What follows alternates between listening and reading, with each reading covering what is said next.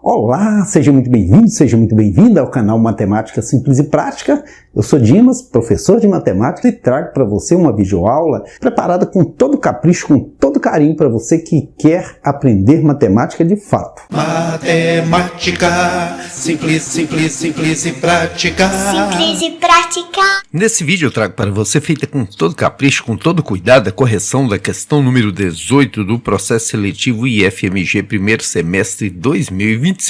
E o tema cobrado, a habilidade cobrada na resolução desse exercício é a resolução do Teorema de Pitágoras, o tão importante Teorema de Pitágoras. O jogo de celular Sneak, também conhecido como jogo da serpente, jogo da cobrinha, foi lançado no início dos anos 2000 e permanece popular até os dias de hoje. No jogo, a serpente se desloca em um plano coletando itens e aumentando de tamanho enquanto evita colidir com as paredes ou consigo mesma. Suponha que em determinada partida a serpente se desloque do ponto A ao ponto F, realizando mudanças de direção em ângulos de 90 graus conforme ilustrado na figura. Com base nas medidas indicadas na figura, em unidades de comprimento, qual seria a distância percorrida pela serpente caso o jogo a permitisse seguir o caminho mais curto entre os pontos A e F? Desconsidere as dimensões da serpente. Então aqui nós temos uma situação bem simples, desde que o aluno tenha o raciocínio lógico para perceber que a gente pode aplicar o Teorema de Pitágoras. Veja, o comando da questão diz que é para a gente calcular a menor distância de A até F caso o jogo permitisse seguir o caminho mais curto entre os pontos A e F. O caminho mais curto é aquele que não faz curva nenhuma, aquele que liga diretamente o A ao F em linha reta. Esse é o caminho mais curto. Mas como saber qual é essa distância? Basta você criar um triângulo retângulo. Aqui a gente tem elementos para isso, olha. Um triângulo retângulo nos permite utilizar o tão útil Teorema de Pitágoras, né? Com ele a gente pode encontrar o esquadro em construções ou em qualquer lugar. Hipotenusa é sempre ao quadrado, e isso tem que ser igual os catetinhos ao quadrado. Você levou e depois somou. Com ele a gente pode encontrar um montão de coisa, né? Olha, esse segmento de reta aqui, ó, vale 5, porque esse também vale 5. E esses dois segmentos de retas aqui são paralelos. Se esse vale 5, esse também, como esse segmento é paralelo a esse também vale 7. E aqui, agora, eu posso descobrir o seguinte: se é 9, esse segmento do D até no C, se aqui tem 3, olha, aqui vai ter 6. Com isso, aqui também vai ter 6. E eu tinha 11, coloquei 6 aqui, me faltaria colocar 5 aqui, ó. Agora eu tenho um triângulo prontinho para eu utilizar o Teorema de Pitágoras. Então o AF ao quadrado, porque sempre no Teorema de Pitágoras é hipotenusa ao quadrado, tem que ser igual aos catetinhos ao quadrado, os outros dois lados do triângulo ao quadrado. Esse lado, juntando 5 com 7 dá 12, esse lado 5. Então, é só efetuar os cálculos. 12 vezes 12, 12 ao quadrado, 144. 5 vezes 5, 5 ao quadrado, 25.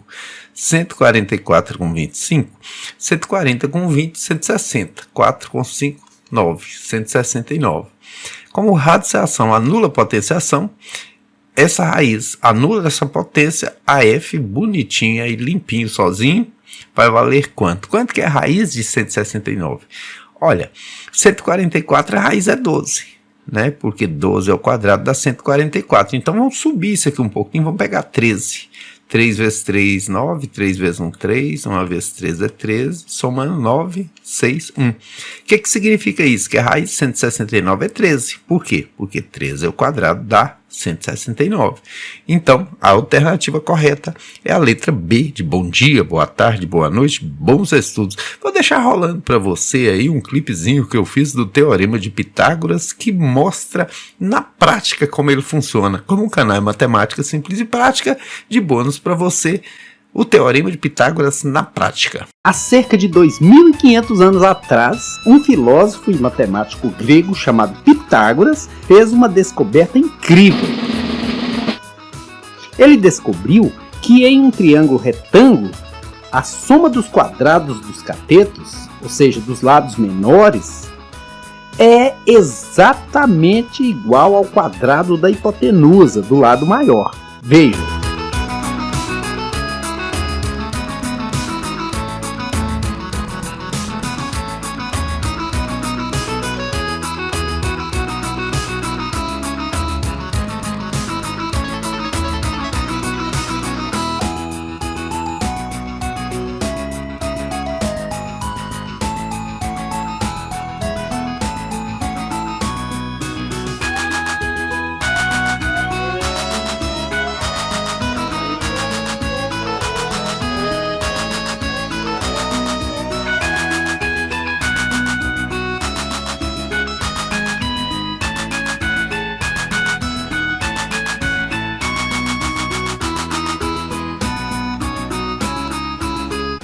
Agora, nós vamos fazer isso na prática. Observe que a gente está partindo de um triângulo retângulo, cuja hipotenusa mede 5. E quando elevamos ao quadrado, quando formamos um quadrado a partir desse lado 5, né, um quadrado que vai ser 5 ao quadrado, que vai totalizar quanto? Quanto que é 5 ao quadrado? 5 ao quadrado é 25. Então, o quadrado da hipotenusa, que é 5, né, é 25. Agora, a gente vai pegar esses quadradinhos e encaixar aí em cada um dos catetos. Observe que o primeiro cateto, o cateto menor, cateto é lado pequeno. Tem 3 quadradinhos, né?